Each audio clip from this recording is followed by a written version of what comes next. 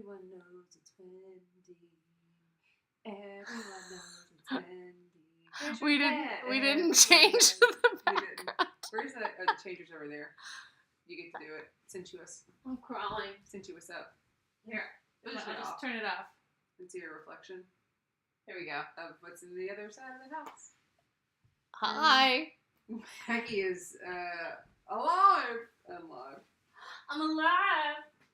Oh, should we record this podcast? We should record this podcast. I'm talking. I'm talking too. Look at us. We're kind of like pros. Talking too. Look at, we kind of like know. Oh, yes. We Here are we go. pros. Oh, yes. Here we go. know. Oh, yes. Do you know what just happened right this second? What? As we were casually improvising one of our Incredible fan favorites. songs. Yeah. Do you ever have those moments where all of a sudden you remembered you needed to do 20 things? Like having to do with this podcast? No. Has nothing to do with this podcast. Your to-do list, just that. My to-do list just came to life when I was actually looking across the room at that huge 24 by 36 poster that's from the original Suits that's hanging in this den. And then it made you think. I don't know what it was that all of a sudden reminded me of everything I need to do before I go to bed tonight. Is it a lot? It's wildly different. And it's none of it's compartmentalized. And it just all rattled in your brain in that nice song. Something happened about that jingle. I like it. It was cute, but man, woof. Woofy, woof woof. Someone, and her name rhymes with Amanda, is going to be up late tonight. Romanda. Romanda. Well, hello. Well, hello. And welcome to Only Suits Fans. I'm Maggie. And I am not ready. I need to get the document pulled up so I can remember our script. Oh, it's just you say your name. Oh. Yeah, but don't I have a little bit after that? Yeah. Here we go. Let's try it again. Hello, and welcome to Only Suits Fans. I'm Maggie. And I'm Amanda. And we're sisters in law. We're interrupting our recaps of the original Suits to cover this incredible gift that is Suits LA. And today we are recapping Season 1, Episode 6, DESTER, which we just watched. Yeah, we did. We just watched DESTER. We just turned off the TV. DESTER. Because that's how recently we watched it. It was still on. It was paused into that next little show. Mm-hmm. Here we are. Garden Club? I don't know. Is that the one that's on after that? Yeah, not sure. We're just focused on Suits LA. That's and then all also we being have able to be here for you guys. So thanks for tuning in. Yes, thank you so much. We got some feedback last week that you couldn't see our faces. So we're sitting on top of pillows. That was what it is. It was like, y'all did really good. Couldn't see your face. So we actually, we are propped up. Mm-hmm. We have We're propped up. We're not actually this tall, but we should be this tall. We think we should be this tall. We would benefit from it. I would be good. I have a long torso. I have a tall person torso. Yeah. But I'm not tall. Okay, I wrote a brief for this. I want to hear it. I can't wait. What did we learn this episode? We learned being a defense attorney is hard. So hard, it might just bring Ted and Stuart back together. We learned secrets are no fun unless you are part of one. When everyone keeps Lester's murder confession a secret from Ted, and it all crumbles when he takes the stand. And we learned that Ted would rather watch a man take a poop on the potty when he burst through the door to arrest him than stand by his grieving girlfriend at the funeral of a man he's kind of responsible for being killed. But all it takes is accepting some responsibility to earn an innocent verdict on all counts. That's really great. You wrote that just now. Minutes after the show's over. I did. It was all fresh. I was feeling it. I was like, this was a learning episode for us. We learned a lot in this episode. Yeah. In fact, we should kind of get into it, maybe. We should get into it. We have the two sections, the BC and the AC. Before credits? You want to pick us up? I'm going to do this. I'm going to tilt it. I know that for the viewers, they'll be like, oh, that's so sad. It's not even, but I need it to be tilted. Nothing about this camera angle is even anyways, I don't think. Yeah. Does it look like this is a haunted house? Because it is. You're right. It is a haunted house. I meant about like crooked. How things are indeed crooked. I don't know. Like a fun house. Like it's, and you know what? That's what it is. More than a haunted house, it's a fun That's house. a fun house. It is a very fun house. Yeah. Okay, here we are. Before credits, it all starts with Ted giving his opening statement for the trial, and he's like, "Well, here we are." Which I was like, "Here we are, Ted. Yeah. You're right." What a great way to kick off a murder trial. I feel like that's how I would start all my opening statements. So we're here so at a trial. So you've been chosen to be a jury member. Yeah. And then he kind of makes the whole opening statement about himself. He's like, this is a trial about a man who was murdered, but also I'm putting my career on the line. And so this is kind of about me. And I was like, I don't think that's really appropriate, Ted. Yeah, this is about your client. This is about your client, and a man was killed. Yeah. And did he kill himself? Was he killed? We gotta get to the bottom of that.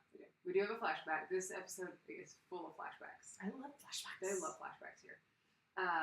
So this is a flashback from 4 days earlier when Lester confesses to stealing the story about what happened from his script and said he killed Simon in self-defense. Simon said, "I'm going to kill you, Dester." And Kevin buys it. He captures it all on film, but tells Lester he's never going to tell that story again. Mm-hmm. And it's important that Dester is a nickname Simon gave to Lester. Yes. What does Dester stand for? Dirty Lester? Probably. Dang it, Lester? Yeah. Dusty Lester? Yeah, I don't know. It's interesting to have a nickname that is so close to your name. Right, that'd be like me calling you Samanda. Yeah, and me calling you Maggie.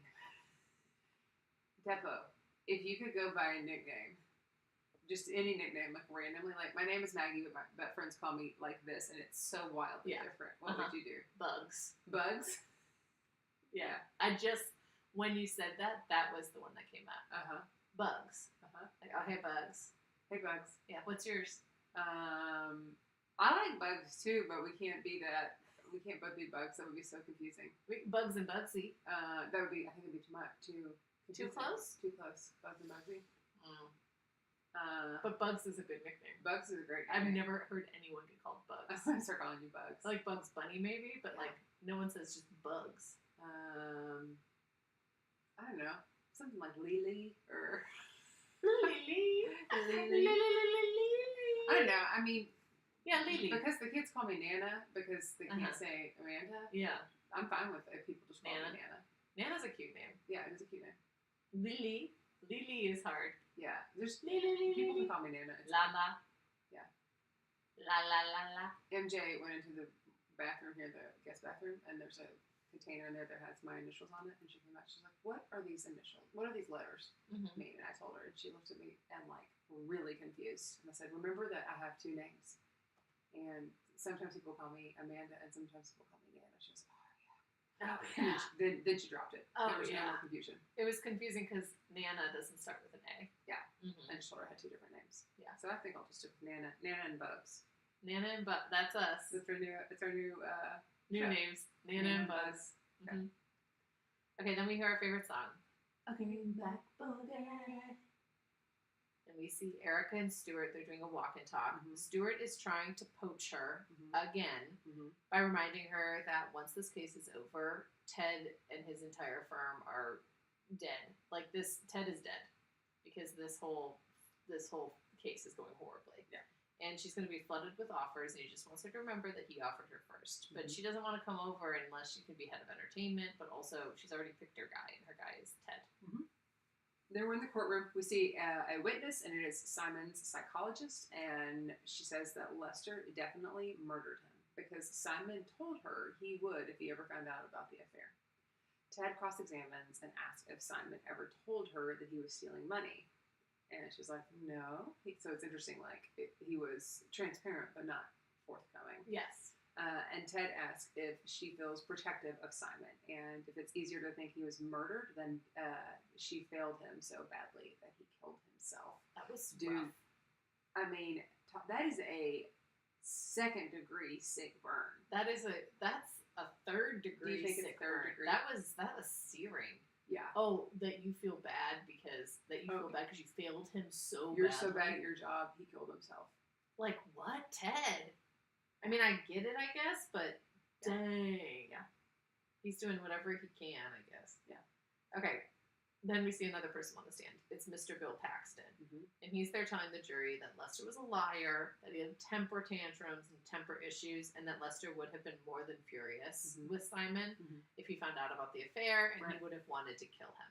And he wanted to kill a man, anyone.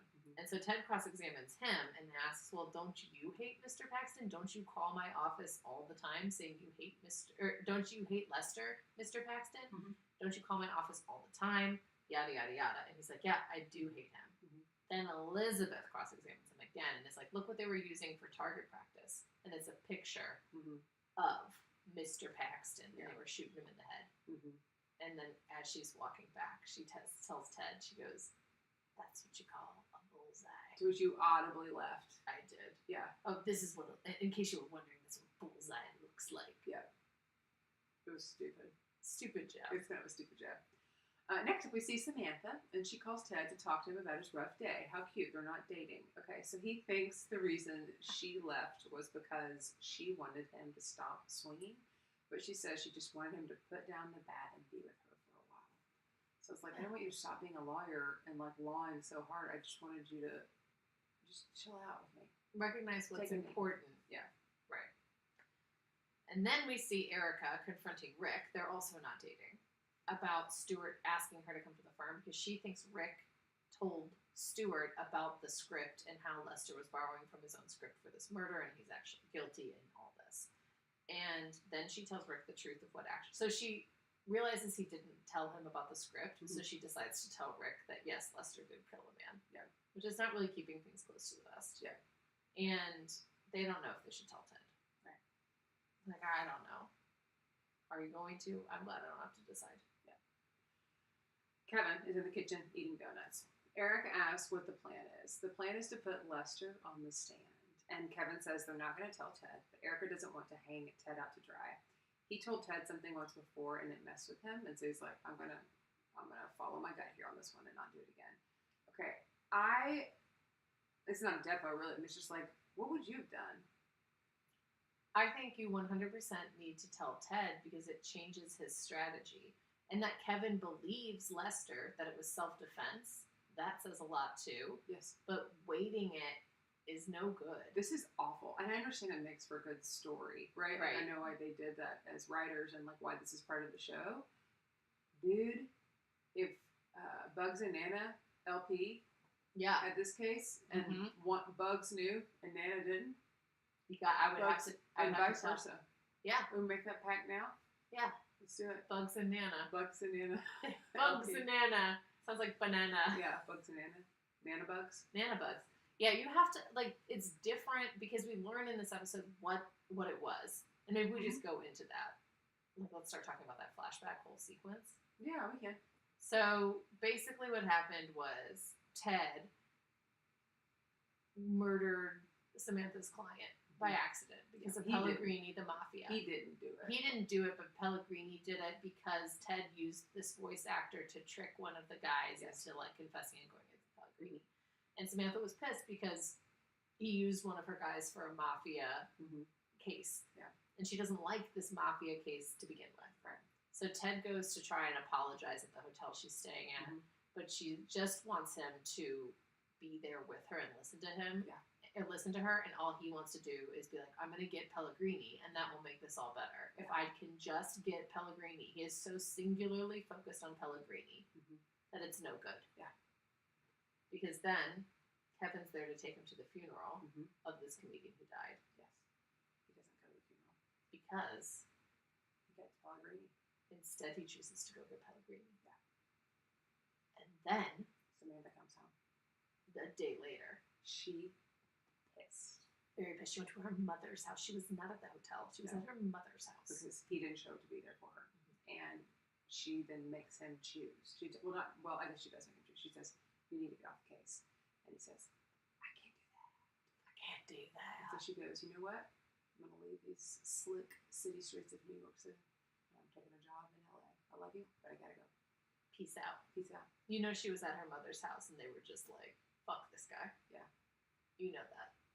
They were like, go to LA, sweetie. Get out of here. Get out of here. Get out of here. Yeah, and he says there that he was like, no, you should have seen it. Like, I got him on the toilet, and we got a picture, and Pellegrini's going to be so embarrassed. And she's like, this is so annoying.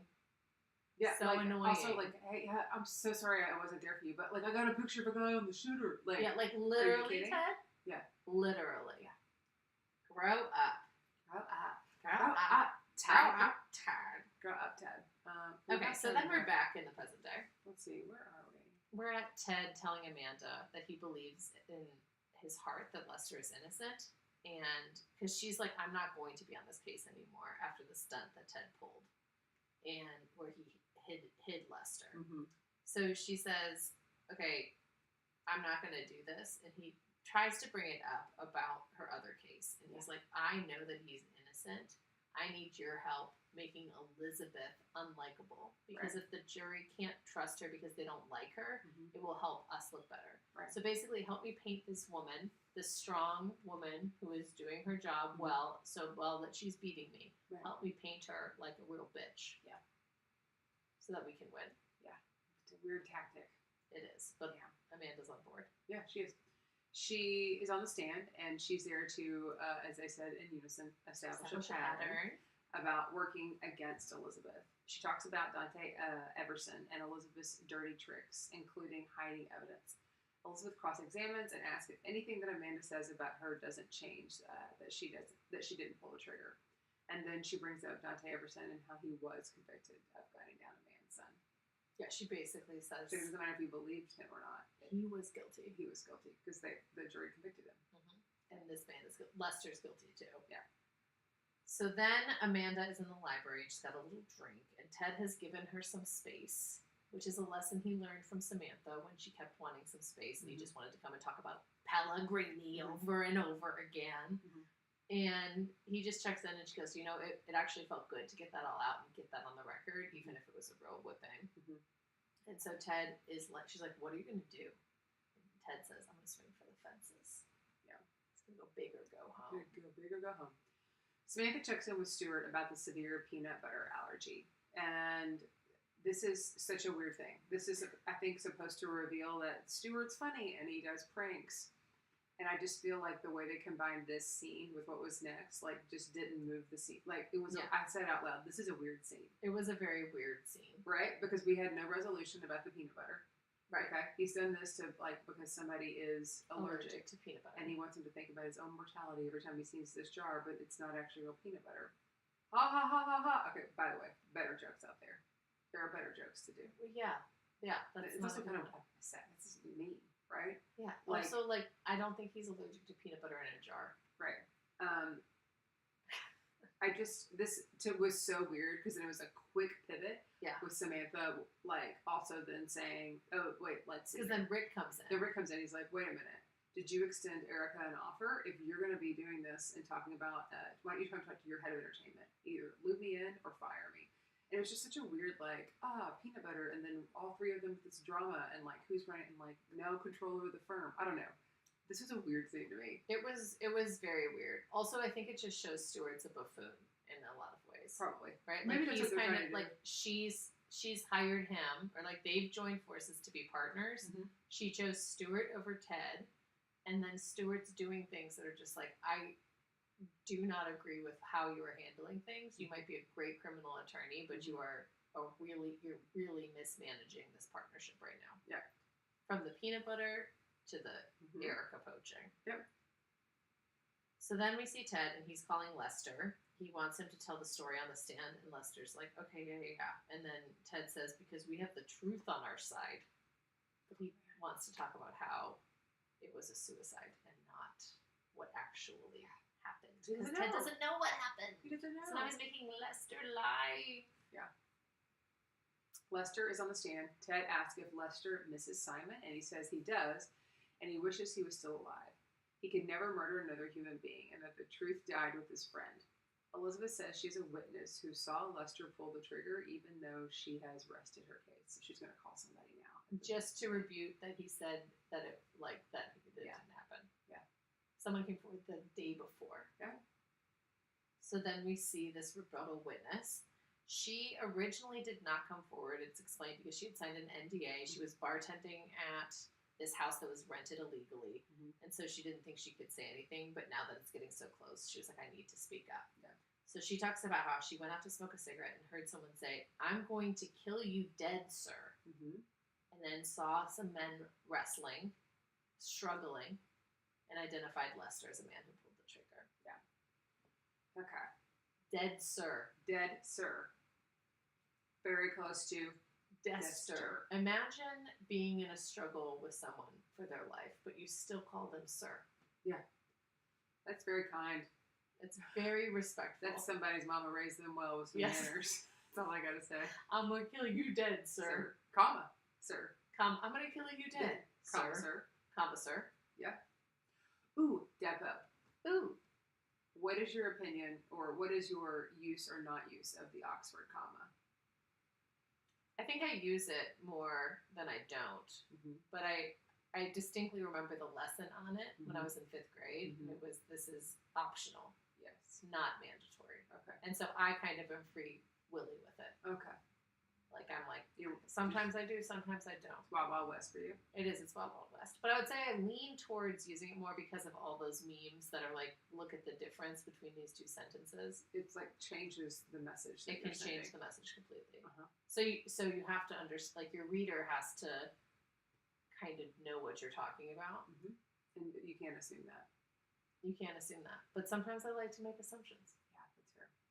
And you are a strict Oxford Would comma. marry the Oxford comma if he would propose. An Oxford comma would be so dapper, For sure. handsome. Literally, I cannot handle it when people don't use it. Because I it know literally this. changes the message. And you look at something like, how did you pick that this thing was different and then these two things here that your ideas or people or whatever are grouping together that Mhm. puts them in a pod Yeah, I've together? heard this rant before. Like, Yeah. that's not what the message is. And Yeah. sometimes in little things it's fine, but like this could be real bad. Yeah.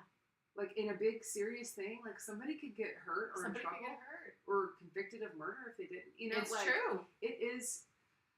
It's a deal breaker. Okay, my heart rate. Let me see what it is. I've heard this from when we worked with you, because one time we were working and someone had gone through and edited a document and They taken took out out the the- Oxford commas Yeah. just because that was their preference, and you gave that same rant. And did I say I this is think- an Oxford comma company? This is an Oxford comma company.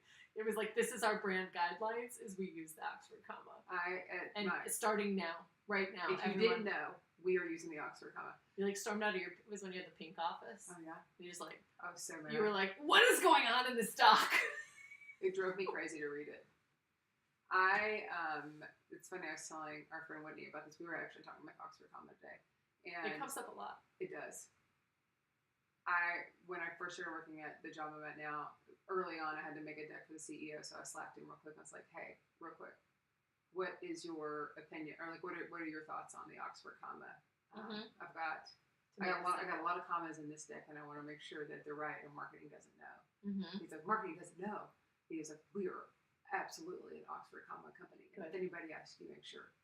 Because I was sitting there watching those little dots appear, and I was like, if this man comes back and tells me that we're not an Oxford comma company, No, of course you're an Oxford comma company. I'm like, I'm not gonna walk, but like, but you're gonna woof. talk. I'm gonna talk about it. Yeah. And then it came up in many meetings, like soon afterwards. They were like, we love. No, the they official- were like, I don't know if we are. I go, oh, I know that we're an Oxford comma company, and they're like, how do you know? I go, I have Slack, and I'm so happy. And I printed it out. And yeah, we are using the Oxford comma. I wanted to write like something using the Oxford comma to explain to people why we were the Oxford comma, an Oxford comma. Why do we use the Oxford comma? And then it's a list. Yeah, yes. That it requires. Okay, then here we are. And Ted confronts Lester and Kevin in the bathroom because of this bombshell witness. And Kevin says he stands by not telling Ted because the last time he did, he really blew up his life because Kevin was the person who told Ted that Pellegrini was going to get arrested an hour into this funeral that he was supposed to go to. Yeah. Lester asks, like, he's like, can't I just go and tell the truth the second time? Can I just redo it? Yeah. Can I get a redo? No. Also, Ted tells Kevin he will be pissed at him later, which was fabulous. I know. I wanted him to be like, we're going to circle back on that. Yeah. We'll close the loop. He's like, I will be pissed at you later. Right now, I'm pissed at this. Yes, that was so good. Yeah. Samantha comes home the next day. She spent the night at her mother. Oh, we already done this part. This is from the flashback. Oh yeah, that's a flashback. Yeah, Mhm. that's good. So Stuart and Ted have pulled an all-nighter, trying to figure out what to do. Which is interesting because now they're like, we're friends again. We're going to work together, okay? Yeah. Stuart throws the papers at the wall because they can't figure it out. I thought it was a box, a pizza box. Was it a pizza It box? was a pizza box. Because Ted's like, now that we're taking a box throwing break. Oh, not like a box of papers. No, I think it was a pizza box. Oh, I love pizza. I know, right? Well, our box would be empty too. It would be empty. Be an It would empty look box. like just a bunch of papers. Yeah, our box is empty. Is that the name of this episode? Our box is empty. Ted says now that he's been a defense attorney for one case, he understands the mountain that Stuart climbs every single case, and he has a lot more respect for him. Definitely, probably, you know. Mm-hmm. They start quoting a few good men, but then Stuart says that Elizabeth entered Valerie's transcript, and that's the ticket out. Yeah, so this thing that Elizabeth was pushing so hard for is actually going to be the thing that gets Lester off in Stuart's mind. Yes. That's what he thinks. So Erica tells Amanda, like, hey, I read the transcript from your time on the stand, and it sounded really rough. And Amanda realizes that Erica knew the entire time, or not the entire time, but Erica at least knew before it came out in trial that Lester had, in fact, killed Simon. And while that's happening, Kevin walks in and he goes, actually, like, I'm the one who told her not to tell Ted. Yeah. She wanted to tell Ted, and I said not to. Right. No one needs to know that Erica knew. Right. That's nice for him to cover, at least. Yeah. I'm being conscious of. Can you guys see this? I'll make sure you can see I think this. they can. We're on our booster seats. Yeah, we're on our booster seats. We're on our booster seats. That was me. I didn't really fart. I went with my mouth. With your mouth? Yeah, I didn't want anyone just listening to the episode to think that I farted. Oh, thank you for telling. I'll just put that in the bloopers and make people wonder. There we go. I'm kidding. Rick answers a ringing phone in the office with a French accent, and then he transfers it to himself, and he's like, no, that wasn't, you know that was actually somebody else answering it. It turns out it was his mom calling. He's like, I gotta go, Mom, bye. His mom just calls the office first thing in the morning. So weird. Stuart comes in, and then Rick yells at him about how obsessed he is at getting back at Ted, and how he offered his job to Erica, and then Stuart tells him that they made up.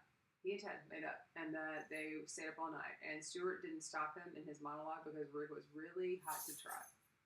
He was hot to trot, and then Stuart trots out of the scene. Yeah. Trot, trot, trot, trot, trot. Hot to trot. Hot to trot. Hot to trot. Hot to trot. Hot to trot. Hot to trot. H-O-T-T-T-R-O-T. H-O-T. He tried it. Hot to trot. Hot to trot. That's the name of the episode. That's it. Yeah, also kind of a weird scene because Rick is getting like way mad, and then Stuart's just like, actually, Ted and I made up because he asked me to help him with the case, and I helped him, and we figured it out. Yeah. And then they were just like, okay, goodbye. Rick comes to the trial and sits next to Erica, where they jab at each other. The defense calls Lester to the stand and changes the plea for reason of self-defense. Valerie Thompson is on the record saying that Simon wanted to kill Lester in the transcript that she entered. The chickens are coming home to roost. And they're roosting right on Elizabeth's head and laying some eggs called Justice. Yeah. Eggs called Justice? Eggs called Justice. That's good. Mm-hmm. That would be our tagline. Yeah, hi. This is it Bugs and Nana LP or Nana and Bugs LP? Well, alphabetically, it should be Bugs and Nana. Okay, so Bugs and Nana LP. Eggs. Eggs on laying justice. Laying eggs of justice. Laying eggs of justice. Yeah. Yeah. Look at these cool law chicks. Okay, this laying weekend. eggs of justice. This weekend, my friend brought farm fresh eggs, like not from the grocery store. She has a friend who has chickens, and she bought eggs from this friend and brought them. Guess how expensive it was to get eggs from chickens? I don't know. Like eggs from chickens in someone's backyard. I don't know. She paid $4 for 12 eggs. For 12 eggs. That's great. Which is like half the price of what it costs. How quick can they crank those eggs out? I think they lay eggs every day. Do they really? They lay eggs every day, right? No. They're just constantly laying eggs. Really? Yeah. You gotta check those eggs all the time. They're constantly laying eggs? I don't know for sure, but I think that you would have eggs in your hen house every day. Wow. That's great for someone who likes eggs. Right? Should we do that? I also saw. Oh my gosh! I also saw that you can buy Trader Joe's eggs. They have some eggs where like chickens have been around roosters and they've laid eggs, and you can eat them all. But you can also put them into an egg warmer, and some of them will grow chickens. Wait. Like you put a dozen Trader Joe's Eggs. fertilized eggs, like they've been around a rooster, so you can eat them. But you could also put them into this egg warmer. And out of the dozen, this woman was like, I got 3 chicks out of it. They grew? Like, what do you mean an egg warmer? Like, you know, in elementary school when you have, like, you hatch eggs? No, we didn't do that. You didn't hatch eggs? No, we went straight to the middle school and just cut cows' eyeballs. You never talked about eggs hatching? Uh-uh. Yeah, we hatched, like, duck eggs. No. And some chick eggs. No. So you put them in this little, it's like this little, like, light, and it creates this nice warm... Like a little tanning bed. Like a little tanning bed for them. And then you watch them hatch, and then you have chicks and ducks, and you can grow them. Like, they come from, you can get them from Trader Joe's. And is that like a old wives' tale, or like every... I watched 4 different reels about it. Okay. Can you 4. send me one when you see them? Yeah, I will. Hey, Instagram. I'm gonna talk to my Yeah, talk to Meta. Instagram. Can you send me reels about chickens from Trader Joe's eggs? My phone's on airplane right now. Do not disturb. I don't know if it'll pick it up. Mine's not here. Egg fertilized from Trader Joe's. Wait, no.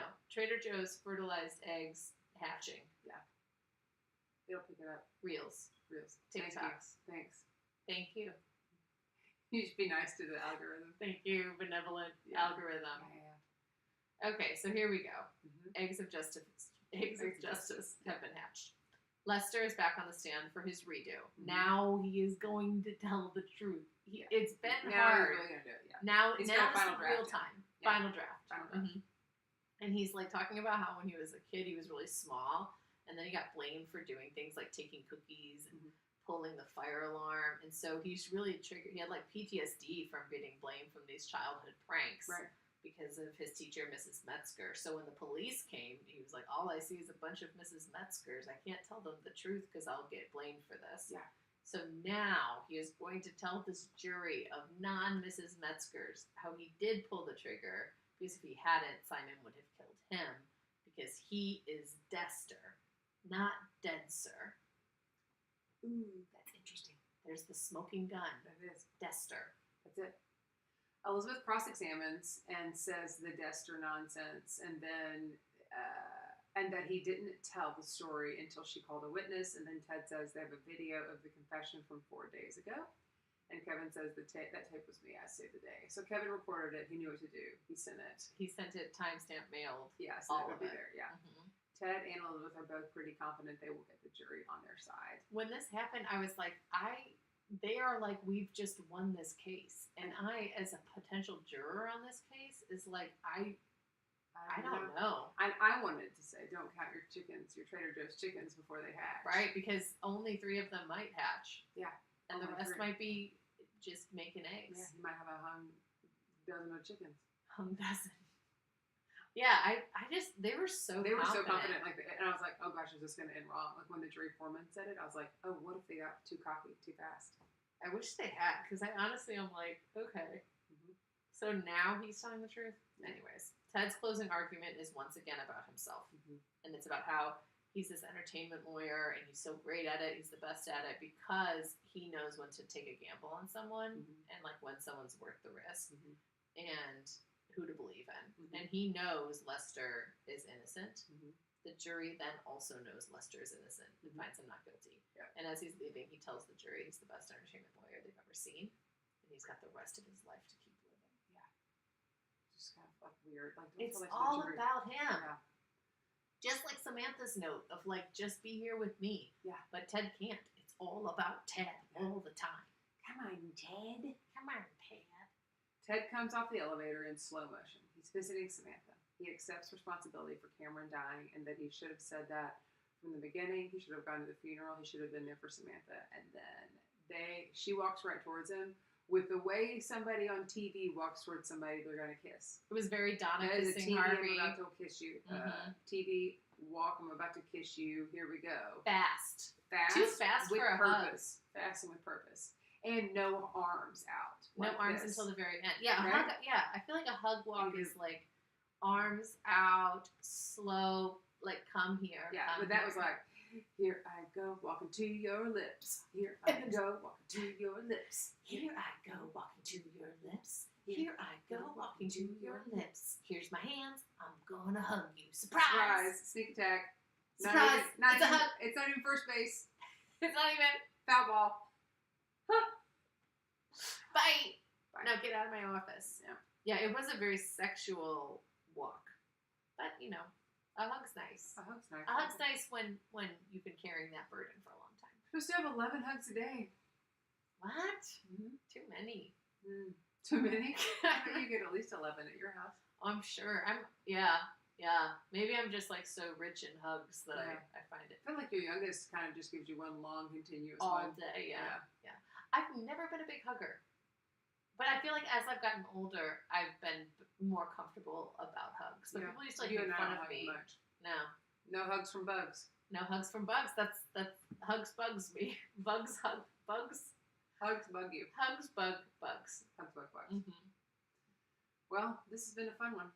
This has been fun. We have some predictions. We do, but we got to go to prediction time first. I'm happy to take a train. I think it's probably more fuel efficient. I think trains are great. You want to do it? Yeah. All aboard.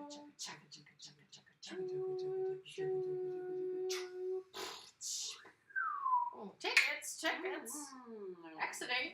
Prediction down station. Oh, man. Oh, flat on it. My phone dropped. I got it. I got my predictions. Okay, great. Go for it. Okay. Stuart is going to blow up this firm with even more pranks and weird jealousy over Ted, even though they have quote unquote made up. I think what we know from Suits is anytime someone thinks that their relationship is repaired, there is something lurking. Okay. Something's coming. A little lurker. A little lurker.